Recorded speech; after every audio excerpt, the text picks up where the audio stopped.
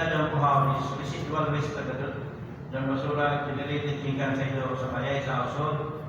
Kung daw ay mga inutututod ng mga kahoy, labi na kung daon ikaw, nakuha ka na di mo bayay, may lain na doon. Imuhunan doon tagigyan ng bayay, di mo nila pakalitan ng mga pagkamuntag na daon na sa kalsada ng mga gabog-gabog ng mga plywood.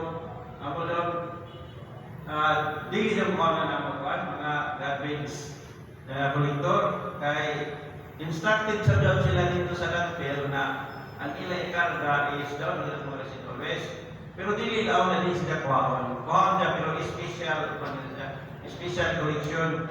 Kung ikaw magputod ka, may plano niyo na mag-trimming, mutod ng mga sanga ito, mga prutas at tanong, mukanto lamang ka sa opisina na dato'y ako mga inutod kung pwede kuhaan ninyo.